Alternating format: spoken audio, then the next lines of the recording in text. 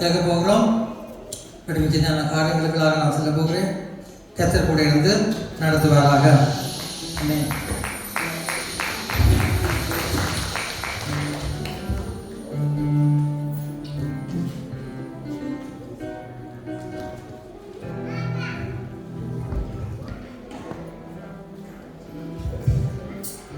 ஹல்லேலூயா. கர்த்தர் நல்லவர். ஆமென். எத்தனை பேர் சந்தோஷமா இருக்கீங்க? முதலாவது மாதம், புதிய ஆண்டு, முதலாவது ஞாயிற்றுக்கிழமை. எத்தனை பேர் தேவனுடைய சபைக்கு உண்மையாக வரணுமென்று வந்தீங்க? எல்லாம் இன்றைக்கு ஞாயிற்றுக்கிழமை வந்துட்டுது, போயிடுவோம் போயிட்டோமா? இல்லை, சந்தோஷத்தை வந்துருக்கோம் வேணா. சரி, நாங்கள் இந்த வார்த்தை பகுதியை நாங்கள் விட்டு கொடுத்து செபிப்போம். எல்லாரும் கண்களை மூடி எங்கள் செபத்தியானதில் எங்களை தரித்திருப்போம். பரிசுத்தமுள்ள நல்ல தகப்பனே, இந்த அருமையான நல்ல நாளுக்காக எங்களுக்கு நன்றி செலுத்துகிறோமப்பா.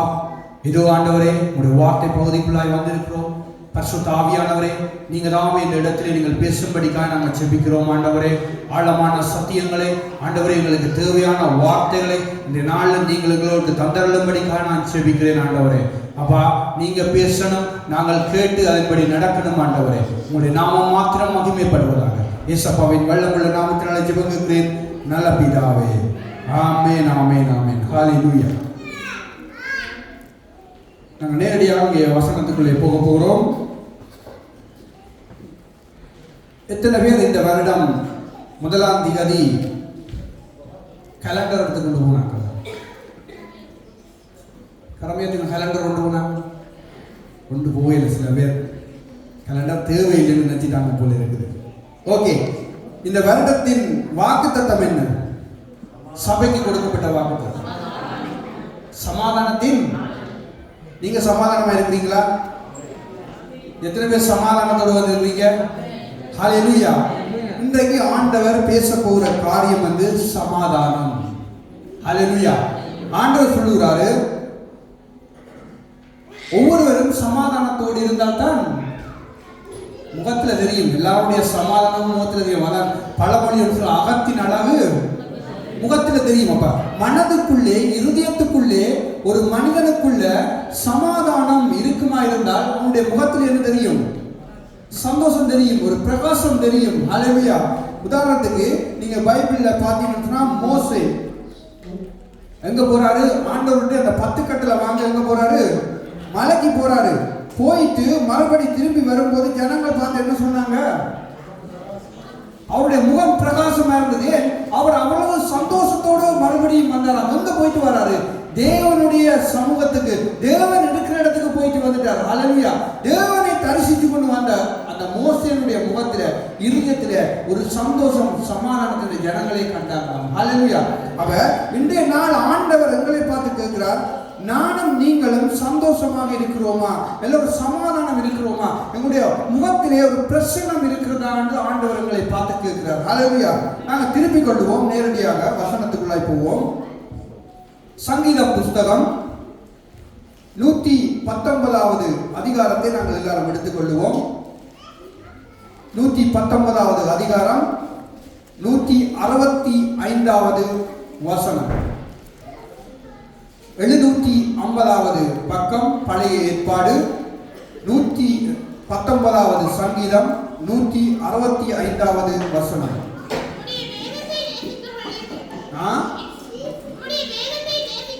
நேசிக்கிறவர்களுக்கு ஆமென். ஹல்லேலூயா. ஆண்டவர் என்ன சொல்றார்?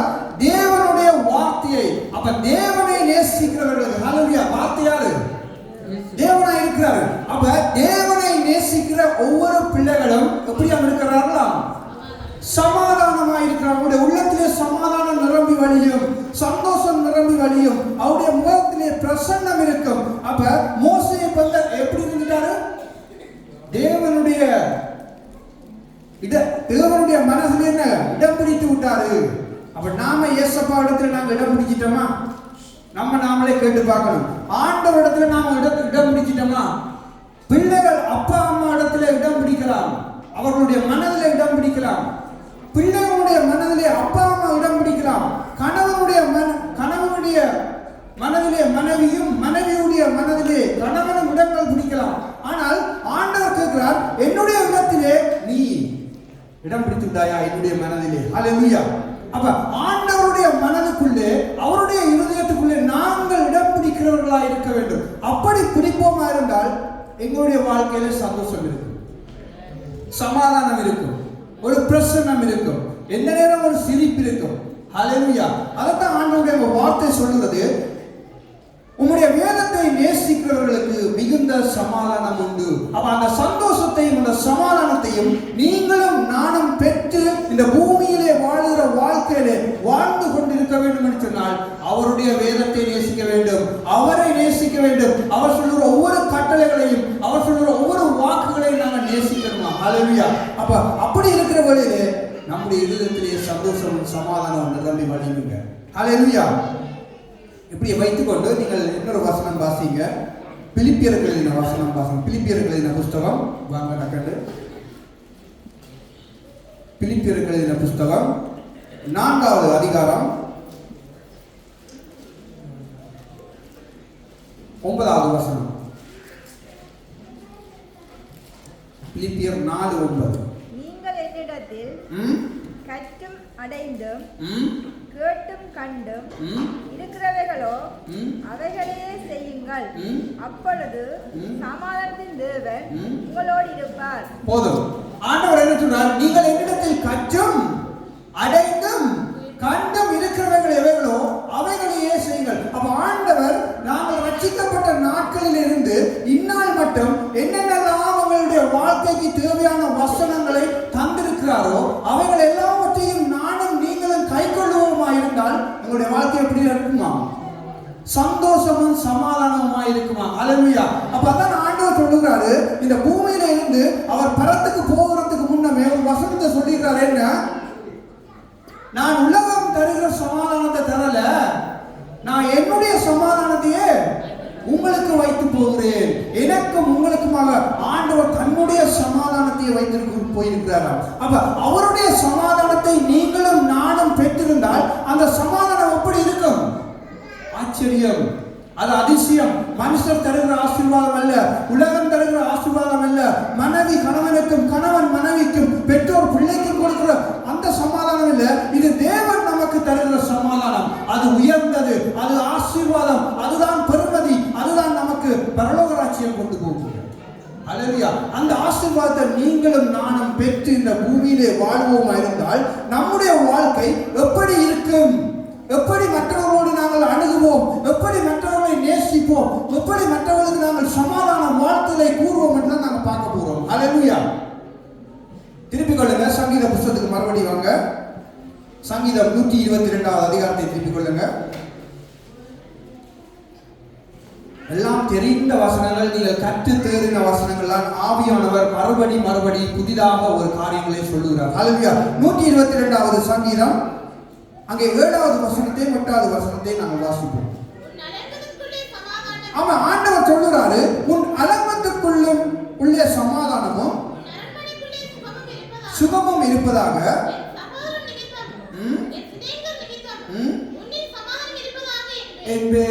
ஆண்டவர் சொல்றார் பாருங்க. இந்த வசனத்தை யார் நமக்கு சொல்லி இருக்க முடியும்? எந்த உறவுகள் சொல்லி இருக்க முடியும்? ஆண்டவர் சொல்லுறாரு, உன் அலங்கத்துக்குள்ளே சமாதானமும் உன் அரண்மனைக்குள்ளே சுகமும் இருப்பதாக. எந்த மனுஷனும் இப்படி ஒரு ஆசீர்வாதமான வசனத்தை சொல்ல மாட்டாங்க. ஆனா கர்த்தர் சொல்லுகிறாரு, நீ ஆசீர்வாதமா இருப்ப, நீ சமாதானத்தோடு இருப்ப, நீ உயர்வா இருப்ப என்று சொல்லுகிறாரு. ஹல்லேலூயா. ஆண்டவர் சொல்றாரு, பனியை போல நீ உயர்வ, கேதுருக்களை போல நீ வளருவ. இது மனுஷன் சொல்ல மாட்டானுங்க, கர்த்தர் சொல்றாரு நமக்கு. நம்முடைய வாழ்க்கையிலே சமாதானம் இருக்க வேண்டும், ஒரு சந்தோஷம் இருக்க வேண்டும். அதற்காகத்தான் நம்மை கர்த்தர் அழைத்திருக்கிறார்கள். ஹல்லேலூயா. அநேகருடைய வாழ்க்கையிலே தேவ சமாதானம் இல்லாமல் அலைந்து கொண்டிருக்கிறார்கள். உலகத்திலே வாழ்கிறவர்கள் அநேகராக இருக்கிறார்கள். ஆனால் அவர்களுடைய வாழ்க்கையிலே ஒரு சந்தோஷம் இல்லை, ஒரு அக்கறையே இல்லை. அவருடைய எண்ணத்துக்காக நாங்கள் வாழுகிறோம் என்ற ஒரு நோக்கமே இல்லாமல் வாழ்ந்து கொண்டிருக்கிறாங்க. ஆனா கர்த்தராகிய இயேசு கிறிஸ்து என்னையும் உங்களையும் தேடி வந்து ரட்சித்து அவருடைய பிள்ளைகளாயே மாற்றி அவருடைய சமூகத்தில் வைத்து எங்களுக்கு கற்றுத் தந்து கொண்டிருக்கிறாரு. அவர் நானும் நீங்களும் ஆசீர்வாதமாய் உயர்ந்த இடத்திலே உன்னதத்தின் ஆசீர்வாதத்தை பெற்று அவருடைய பிள்ளைகளாய் வாழ்ந்து இந்த பூமியிலிருந்து பரலோகத்துக்கு போகும்படிக்கார். ஹல்லேலூயா. நாம் இந்த பூமியிலே பிறந்து வாழ்ந்து இந்த பூமியோட அழிந்து போவதற்காக கர்த்தராகிய இயேசு கிறிஸ்து இந்த பூலோகத்தில் இந்த பூமியில வந்து பிறக்கலைங்க. அவர் இந்த பூமியில வந்து பிறந்ததே என்னையும் உங்களையும் தன்னுடைய ராஜ்யத்துக்கு அழைத்து கொண்டு போகணும் அந்த நோக்கம் தான். ஹல்லேலூயா. அப்ப அந்த ராஜ்யத்துக்கு அழைத்து கொண்டு போகிற கர்த்தர் அவர் சமாதானத்தின் பிரபு, அவர் சமாதானத்தின் தேவனாக இருக்கிறபடினாலே நானும் நீங்களும் சமாதானமா இருக்க வேண்டும் என்றதுக்காகவே அவர் தன்னுடைய சமாதானத்தையே இந்த பூமியில விட்டுட்டு போயிருக்கிறார். ஹல்லேலூயா. எத்தனை பேருக்கு விளங்குது? ஆமென். அப்ப நாம சமாதானத்தை தேவன் வைத்து போன அந்த சமாதானத்தை நானும் நீங்களும் பெற்றிருந்தால் நாம அந்த சமாதானத்தை வச்சு என்ன செய்வோம்? சமாதானம் என்றா என்ன? இதுக்கு வருவோம். சமாதானம் என்றா என்ன? அதுக்கு அர்த்தம் புரியல. என்ன சமாதானம் என்றா என்ன? விளங்கல. எனக்கும் விளங்கல, எனக்கும் புரியல. சமாதானம் என்றால் ஒருவரோடு நாம கதைக்கும் போது, ஒருவரோடு பிளங்கும் போது எங்களுடைய வாழ்க்கையில இருக்கிற விஷயங்கள், அதாவது எங்களுடைய மற்றவனை நாங்கள் சிரிக்க வைக்கணும். ஒரு நாள் கவலையா இருந்தா நாம கதைக்கிறதுலே அவனுடைய அந்த கவலைகள் எல்லாம் மறந்து போகணும். நமக்குள்ள சமாதானம் இருக்குன்னு சொன்னா மற்றவர்களுடைய கவலைகளை மாற்றணும். ஆண்டவராகிய இயேசு கிறிஸ்து இந்த பூமியில வந்து பாவத்திலே உழையாத பாவ சேற்றிலே வாழ்ந்து கொண்டிருந்த எங்களை, குப்பையும் தூசியுமா இருந்த எங்களை தூக்கி எடுத்து எங்களுடைய முகத்திலே பிரசன்னத்தை வந்தாருங்களா? எங்களுடைய முகத்திலே பிரசன்னத்தை தந்தாரு, ஒரு சந்தோஷத்தை தந்தாரல்ல. ஏன்? அவர் சமாதானத்தின் தேவன். அவர் சமாதானத்தின் தேவனா இருக்கிறபடினாலே எங்களை அவர் மாற்றினார். அதே போல தேவனுடைய சமாதானத்தை நீங்களும் நானும் பெற்று வாழ்வோமா இருந்தால் நாம உழையாத பாவத்திலே இருந்து வாழ்ந்து கொண்டிருக்கிற அந்த பிள்ளைகளை, கஷ்டத்திலே இருந்து வாழ்ந்து கொண்டிருக்கிற பிள்ளைகளை, வேதனையோடு இருக்கிற பிள்ளைகளை, சமாதானம் இல்லாமல் சமாதான குலத்திலோடு இருக்கிற ஒவ்வொரு ஆத்மாவையும் நானும் நீங்களும் தேற்ற வேண்டும். ஹல்லேலூயா. தேற்றணுங்க. அதான் போன கிழமை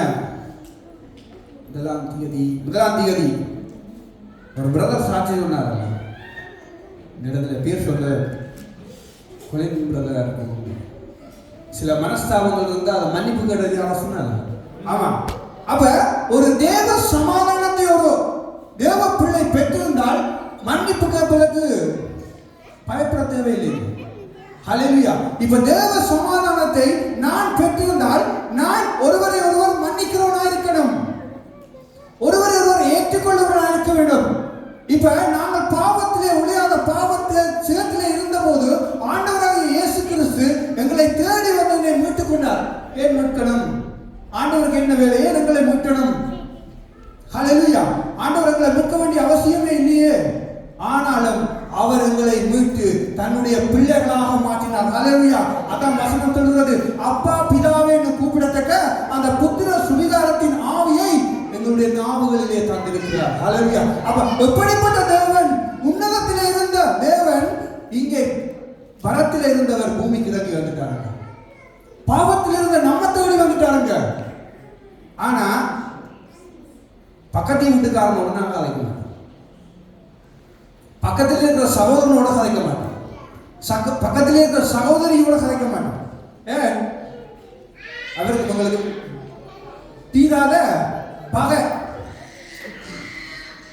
எனக்கும் உங்களுக்கும் இருந்த அங்கே பிதாவாகிய தேவனுக்கும் எங்களுக்கும் இருந்த அந்த ரெண்டா பிளந்து போயிருந்த அந்த பகையை சேர்த்து வைத்தது யாருங்க? ஆண்டவராகிய இயேசு கிறிஸ்து. நாம அங்க ஒட்டவே முடியாது, விட்டவே போக முடியாது. அப்படி இருந்த பகையை இப்படி என்றதுல ஆண்டவராகிய இயேசு கிறிஸ்துவை முறியடித்து ஆண்டவர்களை இணைச்சு விட்டுட்டார். அப்படி இணைச்சிருக்கிற அந்த தேவனை நான், தேவனுடைய சமாதானத்தை பெற்றிருக்கிற ஒவ்வொரு பிள்ளைகளும் ஒருவரை ஒருவர் நேசிக்கணும், ஒருவர் ஒருவர் அன்பாயிருக்கணும், ஒருவர் ஒருவர் சமாதான வாழ்த்துதலை கூறணும். அதான் வசனம் சொல்லுது. நீங்க வீட்டை தேடி வாசிங்க. வாழ்த்துதல் சொல்லுறதுக்கு என்னவா செய்யணும்? முந்திக் கொள்ளணும். இது அந்த வாரங்கள தெரியாத மாதிரி நடக்கிறது. எத்தனை பேரை பார்த்துருக்கேன். தூரத்தில் வாரங்களை கண்டனா தெரியாத மாதிரி நிற்பாங்க. ஏன்னா கை கொடுக்க விருப்பம் இல்லை, விசு கொடுக்க விருப்பம் இல்லை, ஒவ்வொருத்தர் ஒவ்வொரு மாதிரி இருக்கிறாங்க. ஆனா சொல்றது, நான் ஆண்டவராகிய இயேசு கிறிஸ்துவினுடைய பிள்ளை, அவரை நான் ஏற்றுக்கொண்டிருக்கிறேன், நான் ஞானஸ்நானம் எடுத்திருக்கிறேன், நான் இத்தனை வருஷம் சபையில் இருக்கிறேன், இத்தனை வருஷம் ரட்சிப்பை பெற்றிருக்கிறேன், இத்தனை வருஷம் நான் தேவனுக்கு ஊழியம் செய்திருக்கிறேன், இத்தனை வருஷம் நான் கீபோர்ட் போட்டிருக்கிறேன், இத்தனை வருஷம் பாட்டு குரூப்ல இருக்கிறேன், இத்தனை வருஷம் வர்ஷிப் செய்திருக்கிறேன், இத்தனை வருஷம் நான் பிரசங்கம் பண்ணியிருக்கேன். பிரயோஜனம் என்ன? ஒருவர் நேசிக்கலன்னு சொன்னா, ஒருவர் மேல் ஒருவர் சமாதானம் இல்லைன்னு சொன்னா ஏன் பிரயோஜனம் இல்லை? கர்த்தர் சொல்றார், என்னுடைய சமாதானத்தை பெற்றிருந்தீர்களானால், என்னுடைய சமாதானத்தை பெற்றுக் கொண்டீர்களானால் ஒருவர் நேசிப்பீங்க. ஹல்லேலூயா. நிறைய வசனங்கள் இருக்குது, நிறைய எல்லாம் வாசிக்க முடியாது, ஒரு சில வசனங்களை மட்டும் நாங்கள் வாசிப்போம். மத்தேயு எழுதின புஸ்தகம், சீக்கிரமா வந்தீங்கன்னா சீக்கிரமா முடிக்கலாம். 5ஆம் அதிகாரம் 9வது வசனம். சமாதானம் பண்ணுகிறவர்கள் பாக்கியவான்கள். இப்ப வந்துட்டமா அடிச்சு விடுக்கு அப்பா பிதாவே கூப்பிடத்தக்க அந்த புத்திர சுவிகாரத்தின் ஆவியை தந்திருக்கிறார் அல்லவா, அதை பெற்றுக்கொண்ட ஒவ்வொரு ஆத்மாவும் சமாதானம் பண்ணுகிறவர்களாக இருக்கணும். ஹல்லேலூயா. அப்ப சமாதானம் பண்ணலன்னு சொன்னா நாம தேவனுடைய சமாதானத்தை பெற்றுக்கொள்ளல, தேவனுடைய பிள்ளைகளே இல்லை. அப்பா பிதாவே கூப்பிடக்கூடிய அந்த அதிகாரமும் இல்லை, அவரை கூப்பிட முடியாது. சங்கீத புஸ்தகத்தில் ஒரு வசனம் ஒன்று இருக்குது, நாம தேவனுடைய கட்டளைகளின்படி அவருடைய வார்த்தைகளின்படி நாம நடக்கல என்று சொன்னா அவருடைய வார்த்தைகளை எடுத்து போதிக்கவே இல்லாதான். போதிக்கிறதுக்கு எனக்கு என்ன தகுதி என்று ஆண்டவர் கேட்கிறாரு, உனக்கு என்ன அதிகாரம், யார் கொடுத்ததுன்னு கேட்கிறாரு. அப்ப ஆண்டவர் சொல்றாரு அங்க 9வது வசனத்துல, சமாதானம் பண்ணுகிறவர்கள் பாக்கியவான்கள், அவர்கள் தேவனுடைய புத்திரர்கள் எனப்படுவார்கள். அவருடைய புத்திரர்களாக, அவருடைய பிள்ளைகளாக, அவருடைய மகனாக, அவருடைய மகனாக நானும் நீங்களும் விருப்பமா இருந்தால் ஒருவருக்கொருவர் நாங்கள் சமாதானம் பண்ணுகிறவர்களாக இருக்க வேண்டும். எத்தனை பேருக்கு எங்களுடைய கண்மலை சுவிசேஷ திருச்சபையினுடைய போதகர் மேல சரியான கோபமும் வைராக்கியமும் இருக்கு? ஹல்லேலூயா. இந்த மனுஷன் வந்து அதை சொல்லுது இதை சொல்லுது முடியல, அங்க வந்தா இதை சொல்லுது 4 மணி என்றா 5 மணி என்றா 4 மணிக்கு வர சொல்லுது முடியல, திட்டுறோம் தீர்க்கிறோம். எத்தனை பேருக்கு? ஆண்டவர் சொல்றாரு, சமாதானம் பண்ணுகிறவர்கள், ஒருவர் நேசிக்கிறவர்கள் தான் என்னுடைய பிள்ளைகள். ஹல்லேலூயா. ஒவ்வொருவருக்கும் ஒவ்வொரு பொறுப்பு கொடுத்திருக்கீங்க. சபையில 1008 பொறுப்பு கிடக்கு. வேதத்தை படிச்சீங்கன்னா, அங்க நிருபங்களை வாசிச்சீங்கன்னா கிடக்குது, எத்தனையோ பொறுப்பு கிடக்குது. ஏன் கலவையில ஆக்களை வரவேற்று கை கொடுக்கறதுக்கு பொறுப்பு கிடக்கு, சமைக்கிறதுக்கு பொறுப்பு கிடக்கு, டீ போடுறதுக்கு பொறுப்பு கிடக்கு. ஒரு காரியம் ஒரு ஆள் பொறுப்புல இருந்தால் சொல்லிட்டா காணுங்க, முகநாடி வேறுபட்டுரும். அது காயின்றி ஆவி வந்துடுது. என்ன தெரியாது? காயின்றி ஆவி வந்துடுது. அது பழைய பாட்டு போடுது, ஆதியாகமம் 4ஆம் அதிகாரத்துக்கு. ஆண்டவர் புதிய ஏற்பாட்டை எழுதி தந்திருக்கிறாரு, புதிய நிருபத்தை தந்திருக்கிறாரு. நீ புதிய ஏற்பாட்டுல அநேக வசனங்கள் நான் ஆசீர்வாதமா சொல்லியிருக்கிறேன், இப்படி வாழு அப்படி வாழு, ராட்சியத்தை பரலோக ராட்சியத்துக்குரிய வழி என்ற நிருபத்தில் எழுதியிருக்கிறாரு. ஆனா அது எங்க நிற்குது? ஆதியாகமம் 4ஆம் அதிகாரத்துக்கு போடுறது காயின்றி ஆவி எப்படி சொல்றது? எத்தனை பேர் இருக்கிறோம்? ஹல்லேலூயா. கர்த்தர் சொல்றாரு, சமாதானம் பண்ணுகிறவர்கள் நானும் நீங்களும் ஒருவர் நேசிக்கணும். பக்கத்து வீட்டுக்காரனையும் நேசிக்க முடியல, பக்கத்துல இருக்கிறாரையும் நேசிக்க முடியல, பிறகு பக்கத்து வீட்டுக்காரனுக்கு போகணும். ஹல்லேலூயா. அதான் ஆண்டவர் சொல்றாரு, நீ தசமபாகம் போட முன்னம், உன் காணிக்கையை செலுத்த முன்னம், உன் சகோதரனோடு உனக்கு பகை இருந்தால், உனக்கு சகோதரனோடு விரோதம் இருந்தால், உனக்கு சகோதரனோடு உன்னுடைய சகோதரனோடு கோபம் இருந்தால், மனஸ்தாபம் இருந்தால், முதல் போய் ஒப்புரவாகும். அதுக்கு பிறகு வா எனக்கு காணிக்கை செலுத்து, அதை கர்த்தர் அங்கீகரிப்பார். ஹல்லேலூயா. அப்ப நானும் நீங்களும் என்னத்தையெல்லாம் செய்கிறோம்னு ஆண்டவர் பார்த்து கொண்டிருக்கிறாருங்க. இவருங்க பாஸ்டர் தானே, அவர் பார்க்கல, இந்த சிஸ்டர் அவ பார்க்கல, இந்த பிரதர் என்ன பார்க்கல. ஆண்டவருடைய கண்கள் பூமி எங்கும் கொண்டிருக்கிறது. அவருடைய வார்த்தை சொல்றது, அவர் இரவும் பகலும் தூங்குவதே இல்லைங்க. அவர் நம்மளை தான் பார்த்து கொண்டிருக்கிறாரு. இவன் எங்க போறான், எங்க வரான், என்ன செய்யறான், என்ன விட்டு விடுறான். ஹல்லேலூயா. அப்ப நானும் நீங்களும் சரியான முறையில அங்கே இருக்க வேண்டும். அப்போஸ்தலர்களின் புஸ்தகம் திருப்பிக் கொள்ளுங்க நேரடியாக. 7வது அதிகாரத்துக்கு வாங்க. அப்போஸ்தலர் 7வது அதிகாரம் 26வது வசனம்.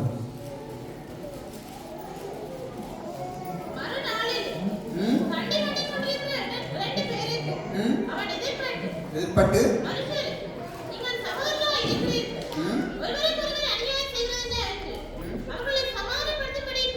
போதும். இங்க இது மோசேயினுடைய காரியம். மோசே ஏற்கனவே ஒரு இடத்துல, இப்ப உதாரணத்துக்கு கயன் பிரதர் இருக்கிறாரு, கயன் பிரதரோட கொலின் பிரதரும் இருக்கிறாரு. இப்ப கயன் பிரதர் கொலின் பிரதருக்கு விரோதமான காரியங்களை செய்கிறார்.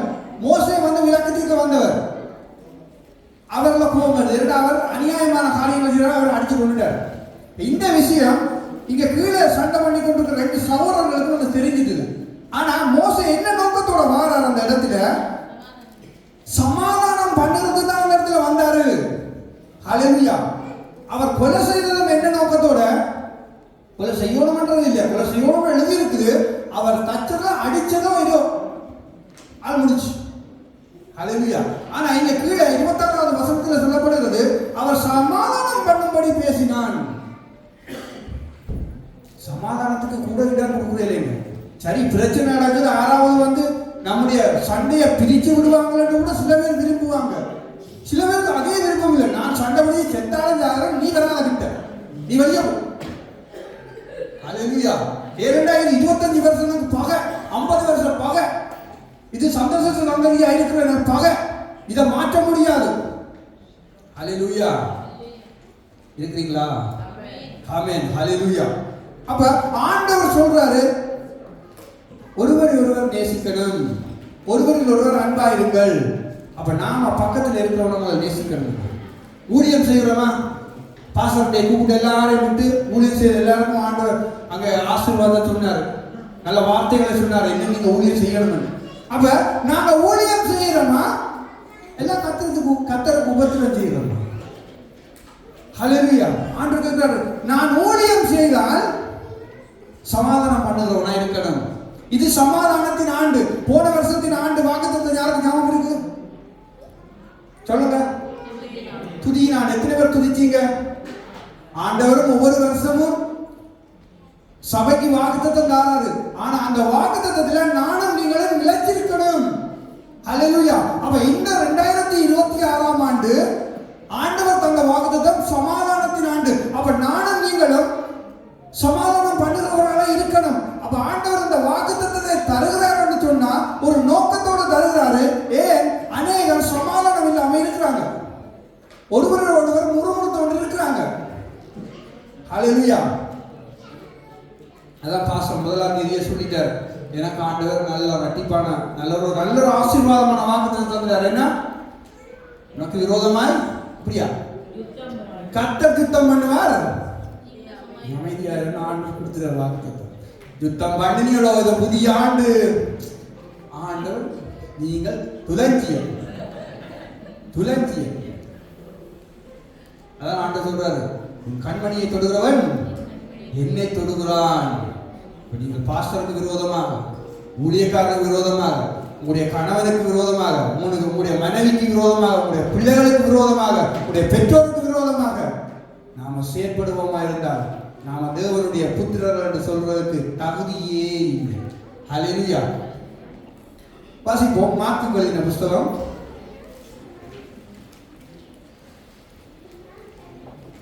மார்க்கு 9வது அதிகாரத்துக்கு வாங்க.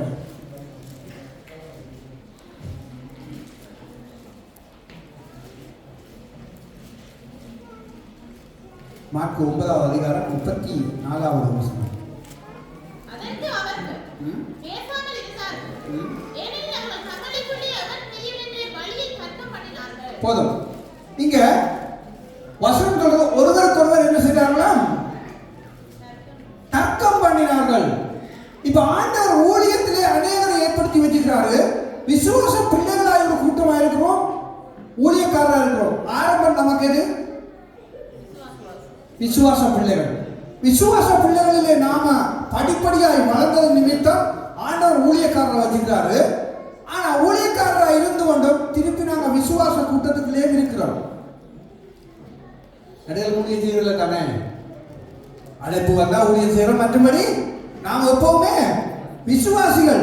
ஆனா வசனம் சொல்கிறது அதற்கு அவர்கள் பேசாமல் இருந்தார்கள், ஏனெனில் அவர்கள் தங்களுக்குள்ளே எவன் பெரியவன் என்று. இப்ப ஊழியத்திலே சண்டை வந்துட்டது, நீ பெருசா நான் பெருசா, நீ போதிக்கிறது சரியா நான் போதிக்கிறது சரியா, நீ வர்ஷிப் செய்கிறது சரியா நான் வர்ஷிப் செய்கிறது சரியா. சமாதானத்தை காணல. ஹல்லேலூயா.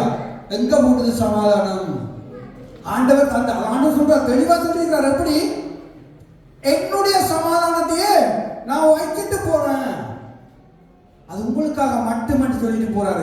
இந்த சமாதானத்தை பெற்றுக்கொண்டோம்னு சொல்லுற நானும் நீங்களும் சமாதானத்தை விட்டுட்டோம். அதான் என்ன வருது? முரண்பாடு வருது, கீழ்ப்படியாத தன்மை வருது, சொன்னா எதிர்க்கிற தன்மை வருது, முரட்டாட்டம் வருது, காயினுடைய ஆவியை பிடிச்சு வச்சுக்கொண்டே திரிகிறோம். அப்படியே கொஞ்சம் கூட அசைய மாட்டோம். ஹல்லேலூயா. அப்ப நீங்களும் நானும் தேவனுடைய சமாதானத்தை பெற்ற பிள்ளைகளாக இருப்போமானால் மற்றவர்களை நாங்கள் நேசிக்கிறோம். யோவான்களின் புஸ்தகம் 14வது அதிகாரம்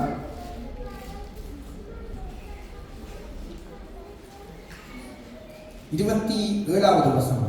சமாதானத்தை உங்களுக்கு வைத்துப் போகிறேன், என்னுடைய சமாதானத்தை உங்களுக்கு கொடுக்கிறேன், உலகம் கொடுக்கிற பிரகாரம் நான் உங்களுக்கு. ஆமா, ஆண்டவர் சொல்றாரு, உலகம் கொடுக்கிற பிரகாரம் நான் உங்களுக்கு கொடுக்கிறதில்லை, உங்கள் இருதயம் கலங்காமலும் பயப்படாமலும் இருப்பதாக. போதும். ஆண்டவர் என்ன சொல்றாரு? கலங்காமலும் பயப்படாமலும் இருங்க. எதை குறித்து நீ பயப்படாத, எதை குறித்து யோசிக்காத.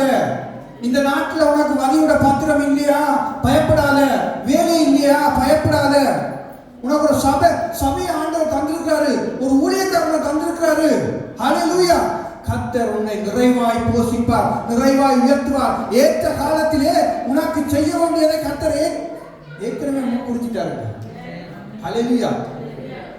இந்த பிரான்ஸ் தேசத்துல நானும் 2010 கடைசியில வந்தேனுங்க. 8 வருஷத்துக்கு பிறகுதான் எனக்கு இந்த தேசத்துல எனக்கு குடியுரிமை கிடைக்குது. ஹல்லேலூயா. அப்ப அதுக்காக நான் கத்தரை விட்டு ஓடிட்டேனா?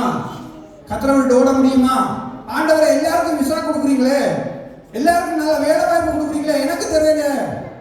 இல்ல, ஆண்டவர் முன் குறிச்சிருக்கிறாரு. அந்தந்த நேரத்திலே அந்தந்த காலத்திலே ஆண்டவர் தருவார். ஹல்லேலூயா. அதினதின் காலத்திலே அதை தருவதுதான் கத்தருங்க. அது மட்டும் நானும் நீங்களும் ஒன்றே ஒன்று செய்யணும். அவருடைய பாதத்திலே அமர்ந்திருந்து அவர் சொல்றதை கேட்டு அவருடைய வைத்து போன சமாதானத்தை பற்றி கொண்டு ஒருவரோடு ஒருவர் சமாதானமாய் அன்பாய் பிரியமாய் இருக்கணும். ஹல்லேலூயா. அப்படி இருந்தா ஆண்டவர் ஏற்ற வேளையில் எல்லாவற்றையும் செய்வார். எனக்கு வயது போய்கொண்டே இருக்குது, திருமணம் ஆகல, யோசிக்காதேங்க. ஆண்டவருக்கு தெரியும் உனக்கு எப்ப திருமணம் செய்து தரணும். ஹல்லேலூயா. அப்ப நாம தான் அவசரப்படுறோம். கர்த்தர் நாம அவசரப்பட்டோம்னு சொன்னா ஆண்டவர் அவங்களுடைய அவசரத்தின் நிமித்தமே தந்து விட்டுருவாரு, அனுமதிச்சிருவாரு. அது எங்களுடைய வாழ்க்கையில சமாதானத்தை கொண்டு வராது, சந்தோஷத்தை கொண்டு வராது, ஒரு ஒரு ஒரு ஒரு விருப்பத்தையே கொண்டு வராது. தருகிறது. அதான் நீதிமொழிகள் புத்தகத்தில் சொல்லப்படுறது, விரும்பினது வரும்போது அது எப்படி இருக்குமா? ஜீவ விருட்சம் போல இருக்கும். நீடித்த நாட்களாய் காத்திருப்பது இருதயத்தை இழைக்க பண்ணும். நாங்க விரும்பினது வரும்போது அது ஜீவ விருட்சம் போல இருக்கும். அது பெரிய சந்தோஷம், ஒரு சமாதானத்தை தரும். அப்ப நமக்கு ஆண்டவர் சபையை கொடுத்திருக்கிறாரு. நாங்க இலங்கை தேசத்துல, எல்லாரும் இலங்கை தேசத்துல இருந்து வந்திருக்கோம், இந்தியா தேசம் ஒன்றும் இல்லை. இலங்கை தேசத்துல இருந்து நாம பிரான்ஸ் தேசத்துக்கு வரும்போது நாங்க எந்த சபைக்கு போகணும்னு தெரியுமா? தெரியாது. ஆனால் கர்த்தர் இங்க கொண்டு வந்துதான், இந்த தேசத்துல வச்சுதான் எங்களுக்கு சபையை ஏற்படுத்தி தருவார். ஹல்லேலூயா. எந்த சபைக்கு நாம் போகணுமோ எந்த காலத்துல அங்க கொண்டு வந்துருவாரு. ஆனா இந்த சபையை விட்டுட்டு நாம ஓடணும்னு நினைச்சோம்டா சமாதானம் முடிஞ்சிடும். ஹல்லேலூயா. ஆண்டவர் ஒரு சபையில எங்களை என்னையும் உங்களையும் வைத்திருக்கிறார்னு சொன்னால் அது ஒரு நோக்கத்துக்கு. சபையில குறைகள் இருக்கலாம், குடும்பத்தில் குறை இல்லாத சொல்லுங்க பார்க்கலாம். என்னுடைய குடும்பத்தில் எந்த குறையுமே இல்லை, எந்த பிரச்சனையுமே இல்லை, என்னுடைய மனைவியோட சண்டையே இல்லை, என்னுடைய கணவனோட பிரச்சனையே இல்லை, பொருளாதார குறைவு இல்லை, சொல்லுங்க பார்க்கலாம். இருக்குது. அதற்குள்ளேயும் கர்த்தருடைய தேவ சமாதானம் அவங்களை ஆண்டு கொண்டிருக்கிறது. அதே போல ஒவ்வொரு சபைகளுக்குள்ளே சில பிரச்சனைகள் இருக்குதான், இல்லைன்னு இல்லை. அதான் அங்கே புதிய ஏற்பாட்டில் அங்கே வெளிப்படுத்தல ஆண்டவர் 7 சபைகளை எழுதிட்டு 2 சபையை தான் நல்லதா சொன்னாரு. சில சபைகள் திருந்தனம், நீ ஆதியில கொண்டிருந்த அன்பை நீ விட்டு விட்டாய், நீ மனம் திரும்பாத பட்சத்திலே நான் வரும்போது உன் விளக்குத்தட்டை நீக்கி விடுவேன் ஆண்டவர் சொல்றார். அப்ப எல்லாருக்குள்ளும் பிரச்சனைகள் இருக்குது. கர்த்தர் என்ன சொல்றாரு? அதே பிரச்சனையோட நீ வாழ்ந்துடு என்று சொல்லல, மனம் திரும்பு. அல்லேலூயா. கொஞ்சம் திருத்திக்கோ, கொஞ்சம் அப்படி வா. அதுக்காக சபையை விட்டு ஓட முடியுமா? குடும்பத்தை விட்டு ஓட முடியுமா? பிள்ளைகளை விட்டு ஓட முடியுமா? பெற்றோரை விட்டு ஓட முடியுமா? முடியாது. அல்லேலூயா. எங்களுடைய பெற்றோர் இருக்கிறாங்க, ஓகே, வயது முதிஞ்சிட்டாங்க, அவங்களுக்கு வருத்தம், ஏலாது, நடக்க முடியாது. அவங்கள தூக்கி பறிச்சு ஹாஸ்பிட்டலுக்கு கொண்டு போகணும், டாக்டர்கிட்ட கொண்டு போகணும், அவங்களுடைய சாப்பாடு காரியம் பார்க்கணும், கஷ்டத்தில் கொண்டு போய் ரோட்டில் விடலாமா? முடியாது. ஏண்டா நம்ம பெற்றவங்க, நம்முடைய அப்பா, நம்முடைய அம்மா, அப்படி நாம பார்க்கிறோமே. அப்ப தேவன் எங்களுக்கென்று ஒரு சபையை கொடுத்திருக்கிறாரு, நமக்கென்று ஒரு ஊழியக்கார குடும்பத்தை கொடுத்திருக்கிறாரு. அந்த நோக்கம் அனைவருக்கு இல்லைங்க. இவர் என்ன இப்படி கலைக்கிறது? இந்த சபைக்கு போனால் பிரச்சனையா கிடக்குது, இந்த சபையில சரியே வருது இல்லை, எனக்கு ஒரு விருப்பமே இல்லாம கிடக்கு, என்னால ஆராதிக்க முடியலாம இருக்குது, என்னால செய்தி கேட்க முடியாம இருக்குது, உனக்குள்ள சமாதானம் இல்லை. அதான் இந்த கேள்வி சொல்லுங்க, இந்த பதில் வருது. ஹல்லேலூயா.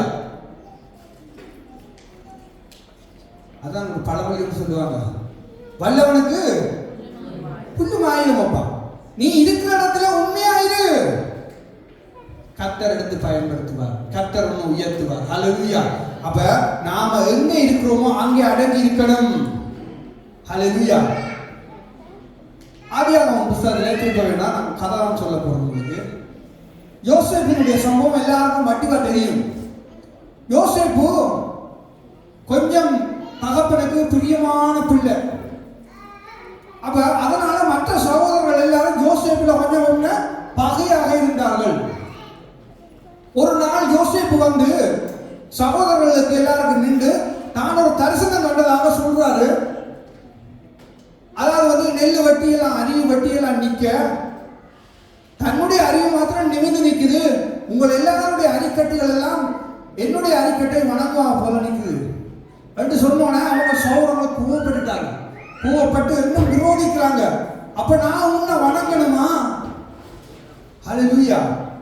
ஒரு கட்டத்துல முடிச்சிட்டாங்க, குழிக்குள்ள போட்டு ஆளே இல்லாம பண்ணி அனுப்பிட்டாங்க. எகிப்து தேசத்திலே ஆண்டவர் கொண்டு வந்து அவரை ராஜா மாற்றிட்டார். ஹல்லேலூயா. அவருக்கு ஒரு பெரிய ஆசீர்வாதத்தை கொடுத்துட்டாரு. இப்ப சகோதரர்கள் போறாங்க, சாப்பாட்டுக்கு வழியிட்டாங்க. அவருடைய தரிசனத்தை ஆண்டவர் ஏற்கனவே முன்குறிச்சத, அவருக்கு கொடுத்த தரிசனத்தை நிறைவேற்றும்படிக்காய் ஆண்டவர் எகிப்து தேசத்துக்கு அவர்களை கொண்டு போய் அவரை பணிய வைக்கிறார். ஹல்லேலூயா. இது என்ன பார்க்கிறோம்னு சொன்னா, இவ்வளவுக்கு அந்த யோசேப்பை அந்த சகோதரர்கள் வெறுத்தார்கள், பகையா நினைச்சார்கள். ஒரு கூட பிறந்த சகோதரன் என்று கூட நினைக்காமல் அவ்வளவுக்கு வெறுப்பா நினைத்தார்கள். ஆனால் யோசேப்பை அங்கே அந்த சகோதரர்கள் தேடி வந்தார்கள். யோசேப்பு இவர் என்னுடைய சகோதரர்கள் தான் என்று அங்கே கண்டவுடனே கலைகளே நாம என்ன கலைச்சு போடுவோம். இவர் என்ன இந்த வருஷத்துல நான் சின்ன இருக்கேங்க இப்படியெல்லாம் செய்தவர், இப்படியெல்லாம் எனக்கு விரோதிச்சவங்க, இப்படியெல்லாம் அடிச்சவங்க, துன்புறுச்சவங்க, கிட்டவே எடுக்கவான வீட்டு வாசலையோ நீதானா என்று கலைச்சிடுவோம்.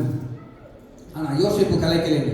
யோசேப்பு ஏற்றுக்கொண்டார், சமாதானம் பண்ணினார், அவங்களோட உண்டா இருந்தார், சந்தோஷமா இருந்தார். நமக்கு எத்தனை பேருக்கு அந்த இருதயம் பெருமைங்க.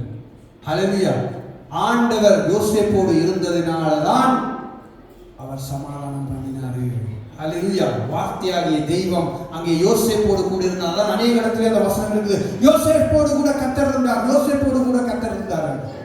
அப்ப நம்மோட கர்த்தர் இருப்பாரா இருந்தால் நாமளும் சமாதானம் பண்ணுகிறவர்களாய் இருப்போம். ஹல்லேலூயா. இன்னொரு காரியத்தை சொல்றேன், முடிக்க போறேன். கணக்கு வசனம் இருக்கு, நான் வாசிக்க முடியாது, முடிக்க போறேன். எசேக்கியா ராஜாவை பற்றி நீங்க கேள்விப்பட்டிருப்பீங்க. எசேக்கியா ராஜா வியாதிப்பட்டிருக்க போது ஏசியா வர்றாரு. ஏசியா தீர்க்கதரிசி வந்து நீ மறிக்க போற என்று சொன்னாலே அவர் சிவனுக்கு முன்னால திரும்பி இருந்து அழுகிறார். ஆண்டவரே, நான் உண்மையை உத்தமமா வாழ்ந்தனே, அப்படி செய்தனே, இப்படி செய்தனே, இப்படி உங்களுக்காக வாழ்ந்தனேன்னு சொன்ன ஆண்டவர் மனம் இறங்கி 15 வருஷத்தை கூட்டி கொடுத்துட்டாரு. இதுல என்ன சம்பவம்டா, ஒரு ராஜா அங்க வாராரு. ஒரு ராஜா எசேக்கியா ராஜா அங்கே வியாதிப்பட்டு வியாதியில இருந்து சுகம் பெற்றுக் கொண்டாருன்னு ஒரு ராஜா கேள்விப்படுறாரு. கேள்விப்பட்டு அவரை பார்க்கறதுக்கு வாரார். சுகம் அளிக்கிற சுகத்தை பார்க்கறதுக்கு ஆக்களை அனுப்புறாரு. வெகுமானங்கள் எல்லாம் கொடுத்ததோட இப்ப கிட்ட நான் வியாதியில இருந்து மீண்டுட்டேன், எனக்கு சுகம் கிடைக்குன்னா நீங்க பார்க்க வாரீங்க, நீங்க எல்லாரும் பார்க்க வாரீங்க, நான் என்ன செய்யணும்? வாங்க, இருங்க, ஏதாவது குடிங்க, ஆண்டவர் இவ்வளவுதான் எனக்கு அற்புதமா செய்தார், சுகம் தந்தார்னு சொல்லி உங்களை என்ன செய்யணும்? வழி அனுப்பணும். ஆனா எசேக்கியா ராஜா அப்படி செய்யலைங்க. கூட்டிக்கொண்டு வந்து தன்னுடைய சொத்து பத்துக்கள் எல்லாத்தையும் காட்டினாரு, தன்னுடைய உடைமைகள் எல்லாத்தையும் காட்டினாரு, எல்லாத்தையும் திறந்து காட்டினாரு. இப்ப ஏசியா தீர்க்கதரிசி வாராரு. வந்தாங்களே, என்னத்தை காட்டினேன்? அவங்களுக்கு காட்டாத ஒரு மரபொருளும் இல்லை, எல்லாத்தையும் காட்டிட்டேன்.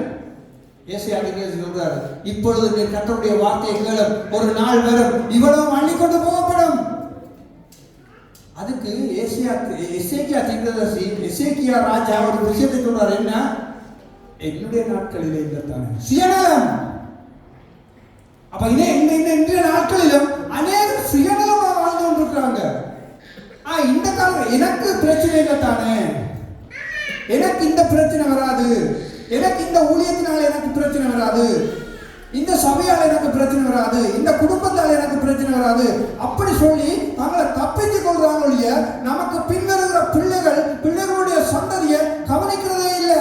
அதான் ஆண்டவர் சொல்றாரு, 2ஆம் 3ஆம் 4ஆம் சந்ததி மட்டும் விசாரிக்கிறவனா இருக்கிற. இப்ப எசேக்கியா ராஜா என்ன சொல்றாரு? பின்னுக்கு வரவன் தானே போகட்டும், நான் நல்லா இருந்தா போதும் என்று நினைக்கிறவங்கள தேவ சமாதானம் இல்லைங்க. ஹல்லேலூயா. அப்ப சமாதானம், தேவனுடைய சமாதானத்தை பெற்றுக் கொண்டிருக்கிற நீங்கள் நானும் அங்கே சமாதானம் பண்ணுகிறவர்களாக இருக்க வேண்டும். மற்றவர்களை நேசிக்கிறவர்களாக, அன்பு கூறுகிறவர்களாக, எப்பொழுதும் அவர்களுக்காக ஜெபம் பண்ணுகிறவர்களாக இருக்க வேண்டும். ஒருத்தர் விழுந்து போவார் ஆக்களில் யாராவது நான் பாவமே செய்யல, யாராவது கைவிட்ட முடியுமா? என்னையும் சேர்த்துதான் ஆண்டவர் கேட்கிறார். எனக்கு தான் இந்த செய்திங்க, உங்களுக்கு மாத்திரமில்லை. இதுல நான் சொன்னா போல ஆண்டவர் இந்த வசனத்தை மாத்திரம் தான் எனக்கு தெரிவார். இவ்வளவு தான் வசனம், மிச்சம் எல்லாம் நானும் திருப்பி கேட்கணும். எனக்கு தான் செய்தி. தேவன் என்னை தேடி வந்து, என்னை உங்களையும் தேடி வந்து ரட்சிப்பை தந்து ஞானஸ்தானம் தந்தா பிறகு ஒருவர் கூட பாவம் செய்யாதாக்கள். சில பிள்ளைய விடுற தவறுதலாக விடுகிறோம், இல்லையன் இல்லை. ஆனா ஆண்டவரோட மனம் திரும்பு. ஆனா நம்மள இருக்கிற அங்க பக்கங்கள்ல இருக்கிறவர்கள் எப்படி சொல்லுகிறார்கள்? இவர் அதை அப்படி செய்தவர், இவர் இப்படி செய்தவர், இவரோட நாங்கள் போகலாது, இவரோட நாங்கள் கதைக்கிறாது, நாங்கள் சரியே வராது, உங்களோட பிளங்கவே கூடாது, ஒதுக்கிடுவோம். ஆண்டவர் நம்ம ஒதுக்கி இருந்தா நாம எப்ப எங்க இருக்கிறோமோ நமக்கே தெரியாது, எந்த பார்ல நிக்கிறோமோ தெரியாது, எந்த பத்தைகள் நடக்கிறோமோ தெரியாது, பிடிச்சு வரைச்சு போட்டு எல்லாம் எந்தெந்த தேசங்கள் அப்படி கிடக்கிறோமோ தெரியாது, முதலாவது உயிரோட இருக்கிறோமோ தெரியாது. ஹல்லேலூயா.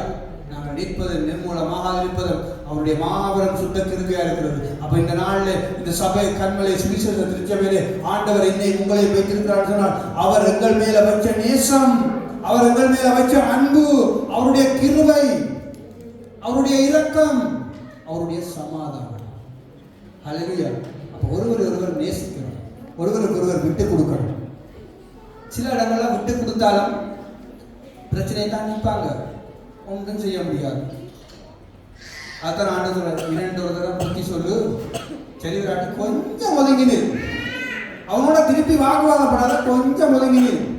ஒரு தடவை இல்லை 2 தடவை சொல்லி பார்ப்போம், சரி விரையிலையோ சமாதானம் பண்ணி பார்ப்போம், சரி விரையிலையோ ஒதுங்கு. அதுக்காக அவர்களை ஒதுக்க முடியாது என்றால் தேவனாலே அவர்கள் உண்டாக்கப்பட்டிருக்கிறார்கள், அவர்கள் தேவனுடைய பிள்ளைகள். ஹல்லேலூயா. ஒன்றே சொல்ல முடியும், எங்களை ஒத்து வரையில கொஞ்சம் ஒதுங்கி நிற்கலாம், வேற ஒரு பிரச்சனையும் நமக்கு வராது. இதை அவர் அப்படி செய்தவர் நானும் செய்வேன் திருப்பி, பதிலுக்கு பதில் செய்கிறவர்கள் அநேகராக இருக்கிறார்கள். நாங்கள் அப்படி செய்யாதவர்களாக இருக்க வேண்டும். ஹல்லேலூயா. ரோமர்கள் எழுதின புஸ்தகம்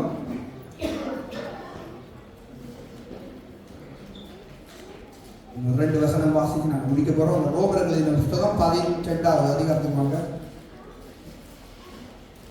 12வது அதிகாரம் 18வது வசனம்.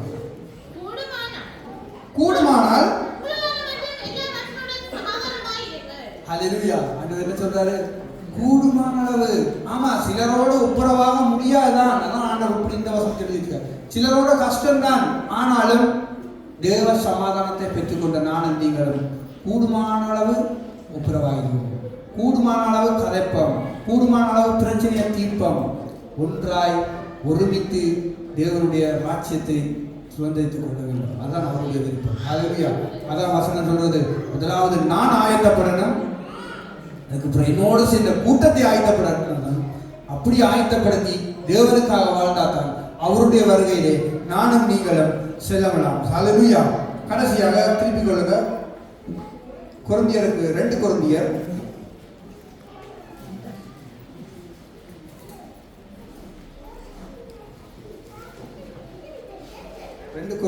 13வது அதிகாரம்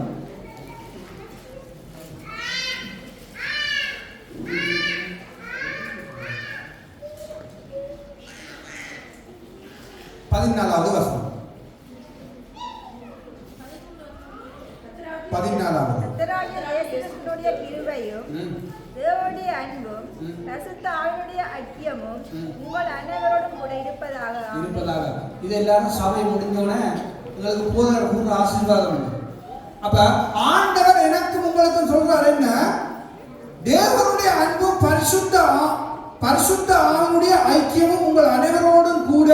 அப்ப அவருடைய சமாதானம், அவருடைய அன்பு, அவருடைய வழிநடத்தல், அவருடைய ஆவியை பெற்றிருக்கிறோமா இருந்தால் எங்களோடு எப்பொழுது செய்யுமா?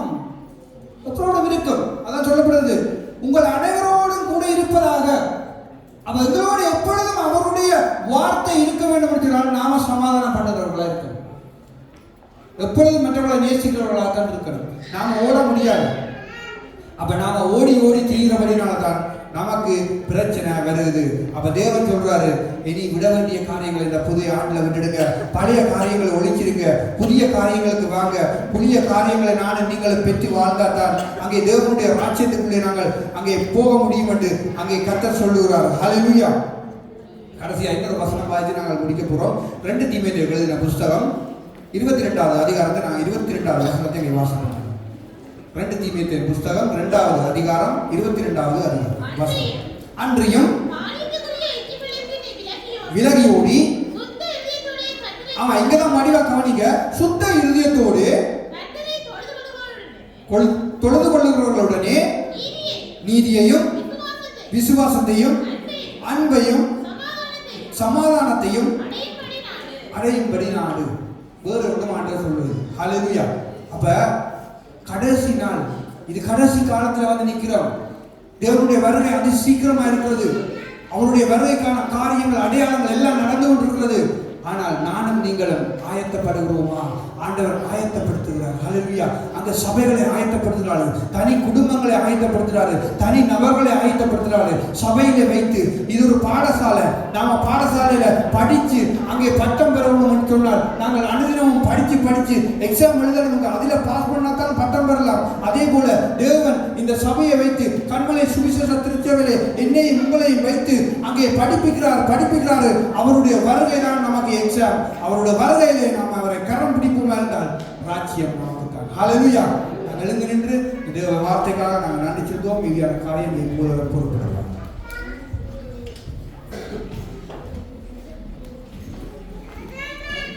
ஹல்லேலூயா. கர்த்தருக்கு நன்றி செலுத்துவோம். ஹல்லேலூயா.